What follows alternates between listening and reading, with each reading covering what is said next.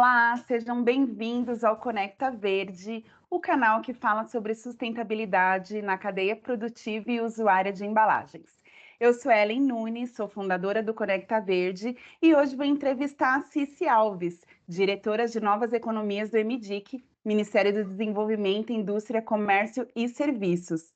Cici, seja bem-vinda, é uma honra e uma alegria te receber no Conecta Verde. Muito obrigada, Ellen. Na verdade, é uma honra para mim, né? Esse veículo é bem importante para as pessoas que se preocupam com o tema, então eu agradeço o convite. Cici, a nossa entrevista de hoje vai trazer um panorama pós-COP sobre os caminhos da economia circular no Brasil, após essa importante edição realizada em Belém, aqui no Brasil. E antes de começar, eu queria te perguntar, fora do script aqui, para você me contar como foi viver essa COP no Brasil, e aí falando assim, Cici mesmo, como foi para você essa experiência e esse momento no país? Bem, foi a minha primeira vez participando de uma COP, eu achei sensacional, assim, eu acho que tudo foi feito com muito cuidado, as pessoas estavam realmente lá engajadas para fazer, pelo menos acho que grande parte das pessoas, para que realmente houvesse resultados positivos, né, para uma transição climática foram muitas oportunidades de conversar com pessoas diferentes, de diferentes países que estavam fazendo iniciativas para o desenvolvimento sustentável, então, e para lidar com as crises climáticas. Então, foi uma oportunidade única. Eu me senti como se eu estivesse jogando a Copa do Mundo no Brasil. Ah, que emoção, né, Cici? Sim. Muito importante para o nosso país e muito legal sediar esse evento tão relevante para os avanços dentro do Brasil. Bom, vamos começar aqui o nosso script. Queria que você me falasse assim no contexto geral pós-COP, começando pelo grande cenário. Na sua avaliação, qual que foi o principal recado que a COP deixou para o Brasil no campo da economia circular? E aí falando assim de visão mesmo e com tudo que você percebeu ali pós-COP? Eu acho que a COP, ela reforçou que não haverá transição climática sem uma transição produtiva.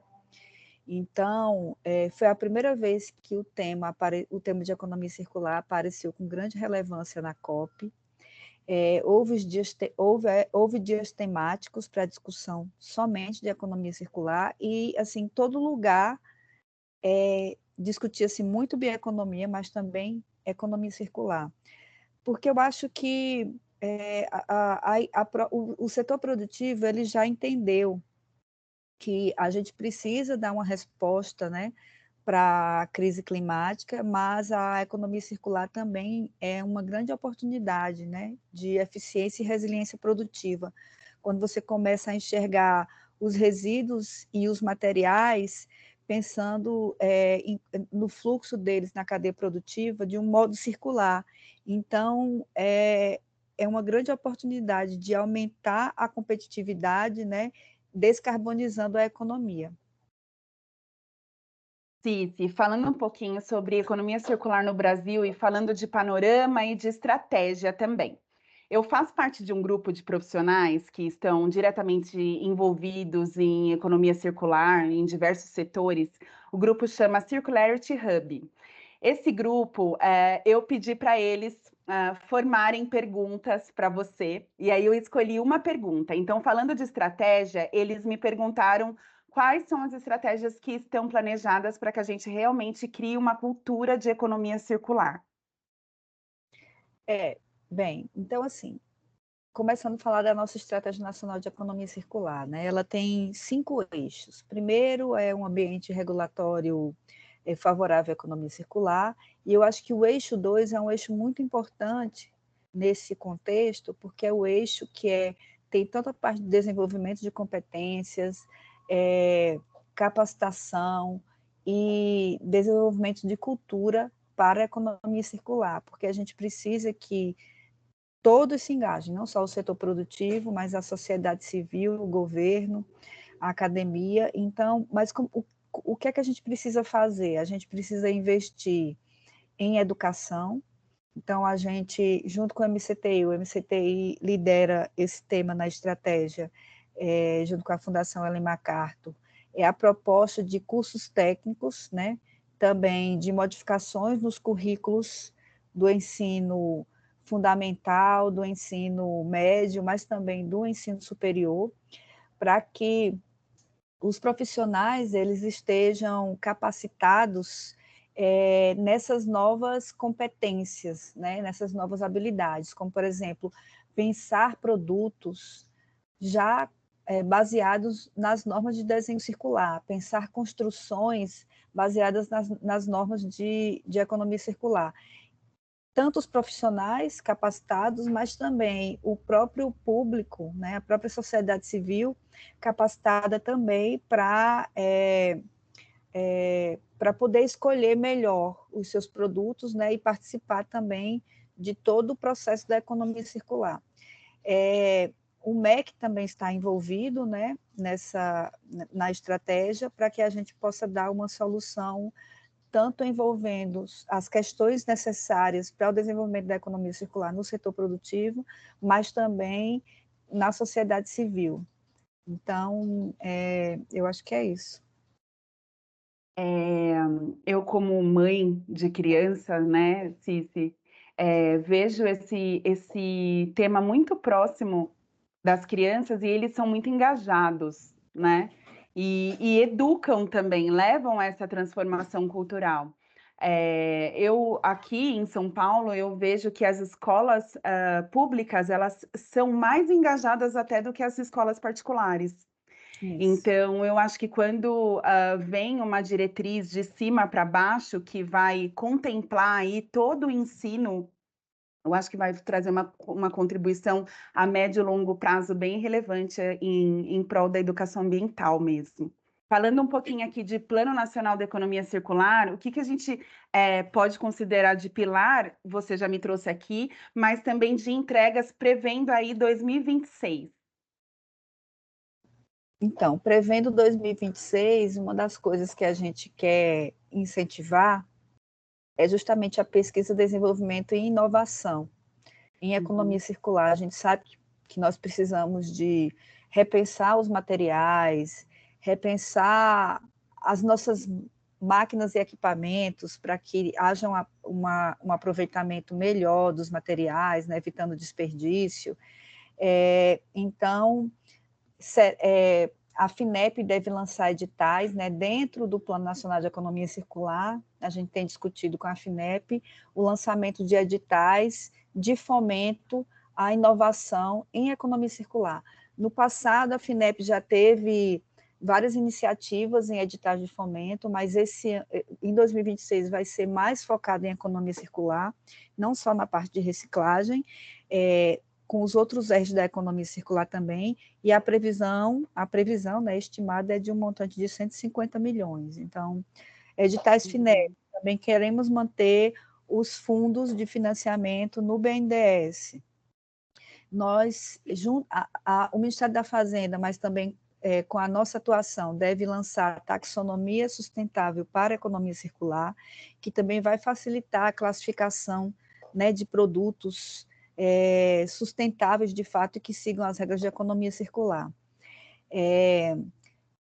Outros decretos, o MMA em conjunto com o MDIC, Secretaria-Geral da Presidência da República, a gente deve publicar outros decretos de logística reversa, né, dos produtos que faltam.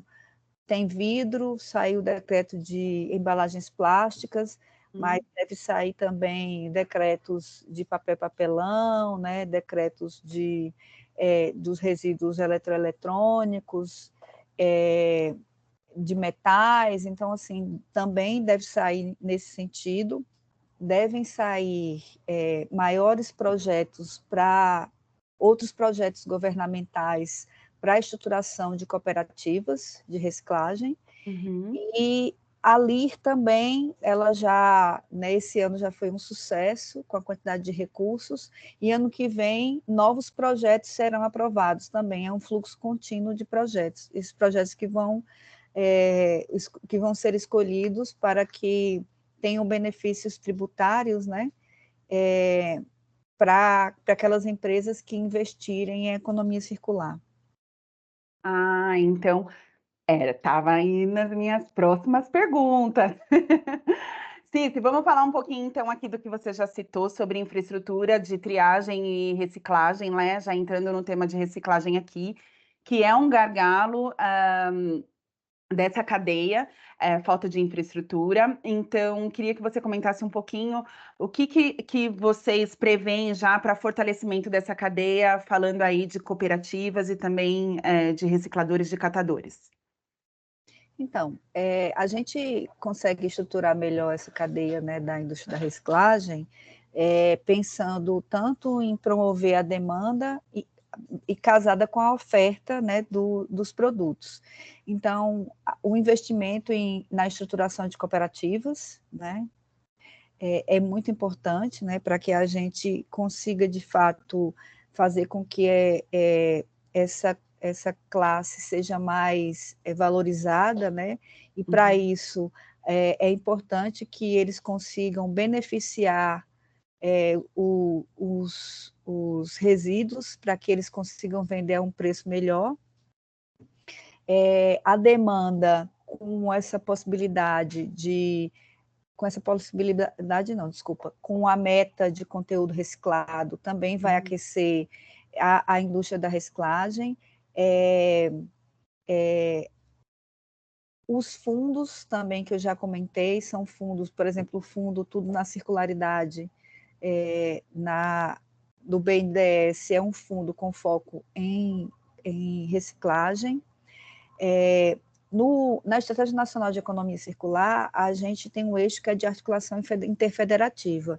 Então, em relação à questão da coleta, que é de competência dos municípios, a gente tem trazido tanto a Associação Brasileira de Municípios como a ABEMA, e devemos trazer mais entidades subnacionais para que a gente consiga fomentar também a coleta seletiva.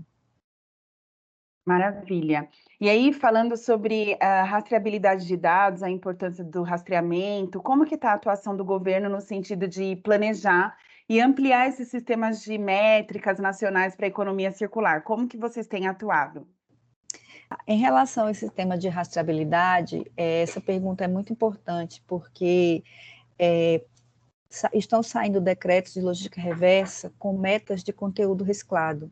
E para que a gente, de fato, reconheça, né, e consiga confiar que determinado produto tem conteúdo reciclável, é imprescindível a rastreabilidade. Então, o governo federal, né, por meio da Agência Brasileira de Desenvolvimento Industrial, a BDI, que é vinculada ao MDIC, lançou na COP a plataforma Recircula.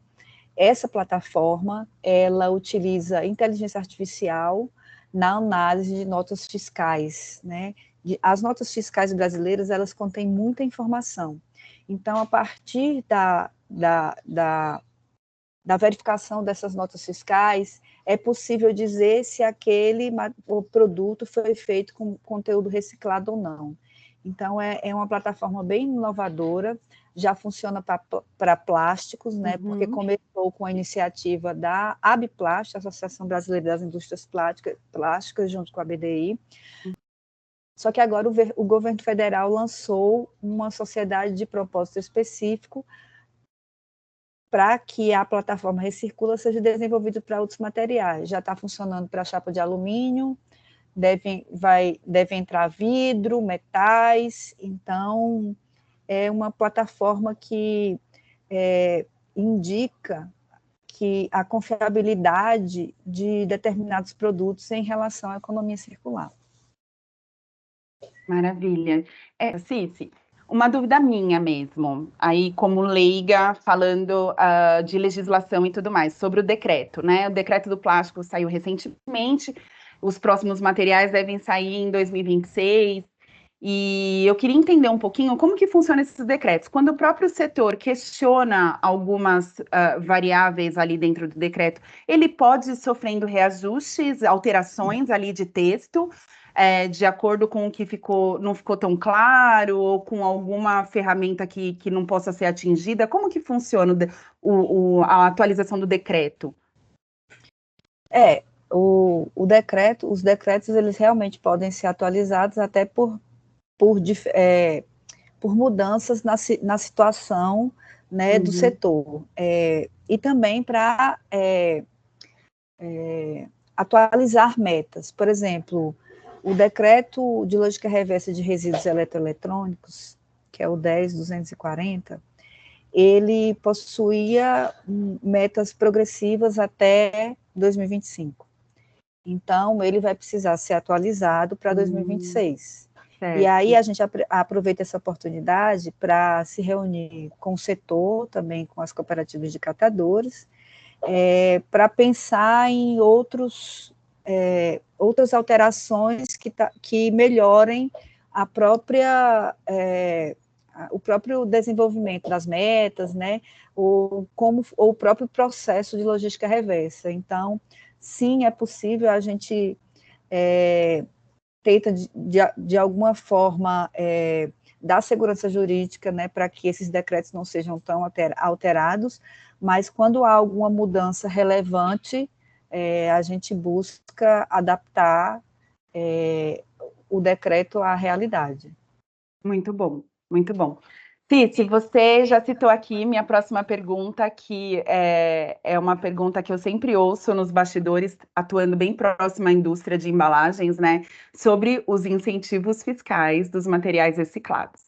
E aí eu queria saber como que isso está no radar, você já mencionou aqui, o que a gente pode falar um pouquinho mais para a indústria mesmo e para os gestores e tudo mais. Uma importante ação que foi realizada pelo setor esse ano e apoiada pelo MDIC foi a PEC da reciclagem. Né? Essa PEC, ela tenta ajustar, né, a reforma tributária para que os incentivos na cadeia da reciclagem, eles não sejam perdidos. Né? Então, evitar que haja aquela bitributação. Né? Porque o material reciclado, quando ele era matéria virgem, ele já foi tributado. Então, se ele é simplesmente aquele material reciclado, não deve ser tributado novamente. Então, eu acho que uma grande ação desse ano foi essa PEC, ela já tem assinaturas mais do que suficientes para tramitar no Congresso, e tanto o setor produtivo como nós continuamos trabalhando. Maravilha, vamos avançar então. A nossa próxima pergunta é direcionada ao público do Conecta Verde, que é o mercado de embalagens. Então, falando desse mercado, que é um dos mais impactados aí, e de diretrizes pós-COP, da Agenda Nacional de Circularidade, o que deve mais acelerar mudanças nesse setor?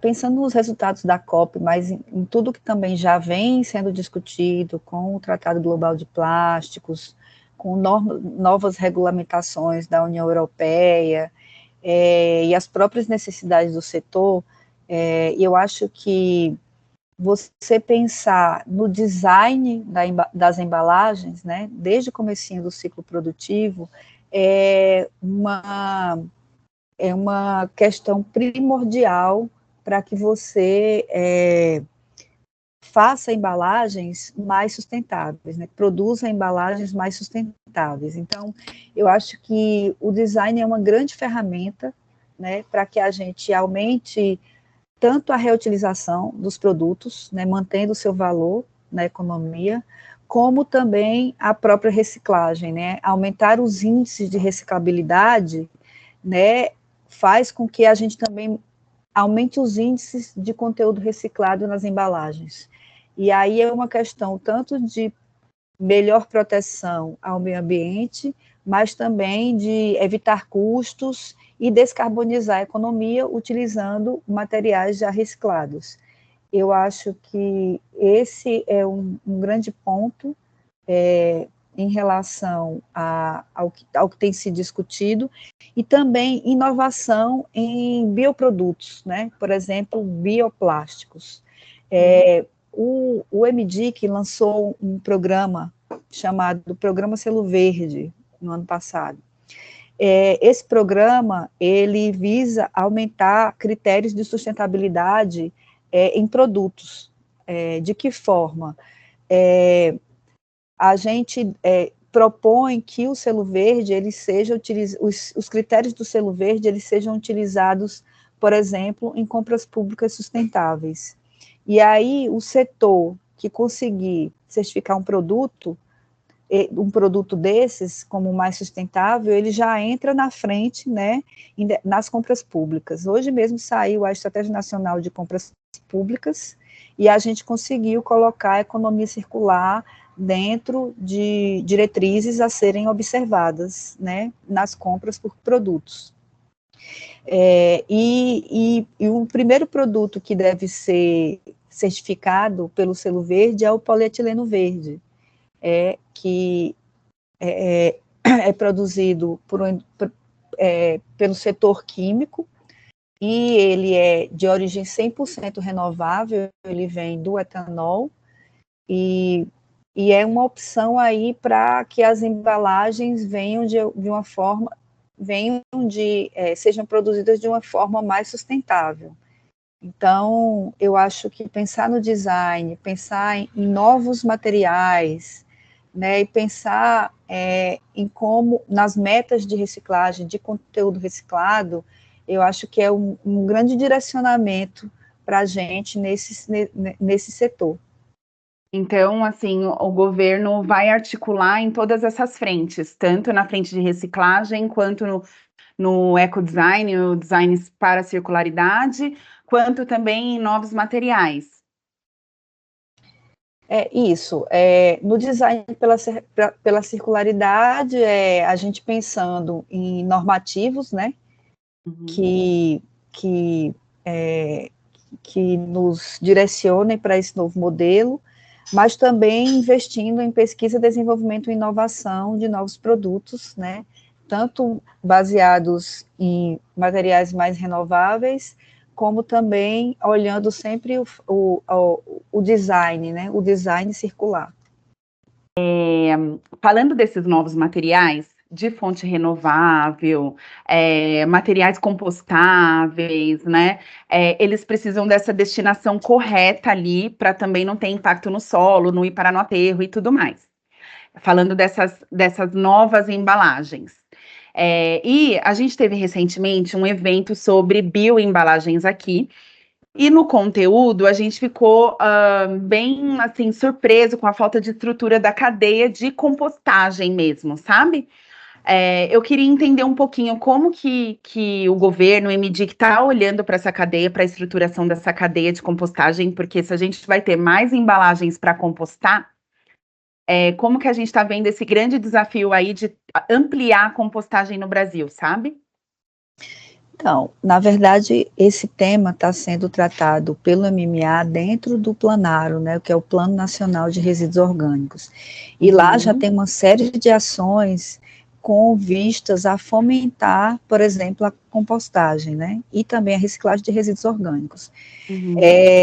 Então, além disso, deve sair também, né, pelo menos há uma previsão de que também saia um decreto estabelecendo regras para resíduos orgânicos, né?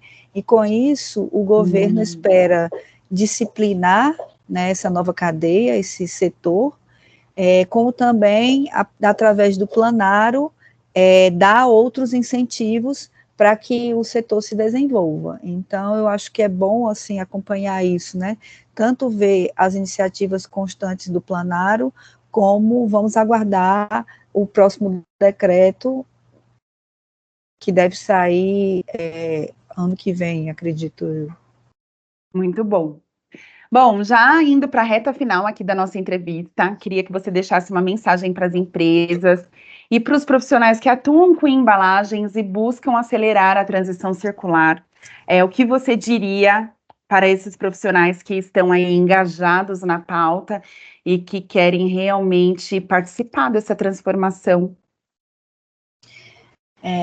Então, eu acho que a gente tem que olhar para a economia circular como uma oportunidade de desenvolvimento econômico, né? Não só pensar nos resultados que esse novo modelo ele traz para o meio ambiente. Isso é muito importante, mas a gente precisa aproveitar a oportunidade de desenvolver cadeias que ainda, ou negócios que ainda não tinham sido pensados, né?